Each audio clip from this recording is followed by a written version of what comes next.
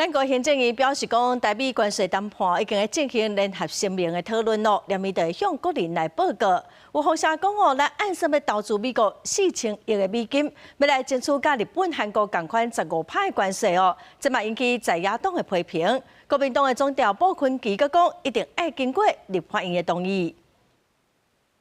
美国对顶关税就伫要公布，台美谈判进入上尾阶段。外交部是数项更新美国水产品输入的规定，内容讲美国水产品已经通过系统性查核的程序，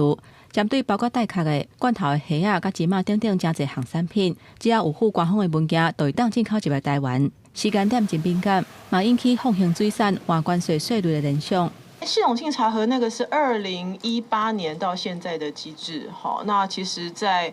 相关的不论是肉品或者是像这一次的水产品，本来就都有做系统性查核这样子的一个处理，不是因为这次关税的关系去处理的。林正义驳回相关的讲法，强调讲这是2018年就有的机制，甲关税无关系。不过，今嘛有风声讲，咱这边按算要出4000亿的美金，甲美国投资，希望当争取对顶关税税率，甲日本、韩国同款是15%。折合台币12兆，12兆是什么概念？我们中央政府总预算1年3兆，等于中央政府总预算4年要跑去美国，这是一个不平等的条约啊！这个郑丽君啊，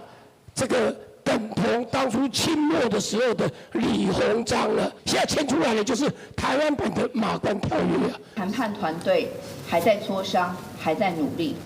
那看到陆续，其实8月1号的大限的日子也即将要到了，我们也在静候这一个结果。无论好坏，执政团队都要端出方案。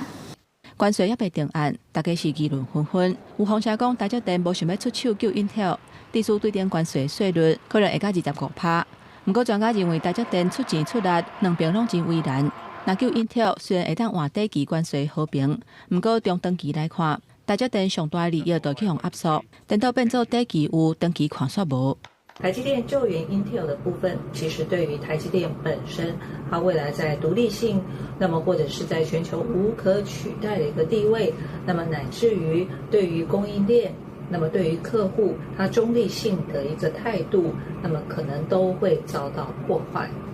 针对外国媒体报道，川普政府可能会甲台湾扣15%的税率，不过要求比较日本增加投资的金额。亚太商工总会执行长邱大生认为讲，台积電增加投資1650億嘅美金，會量產4奈米甲3奈米等等嘅先進製程，真濟國家有錢嘛做袂出來。這條投資絕對會當當過日本5500億美金嘅價值。記者綜合報道。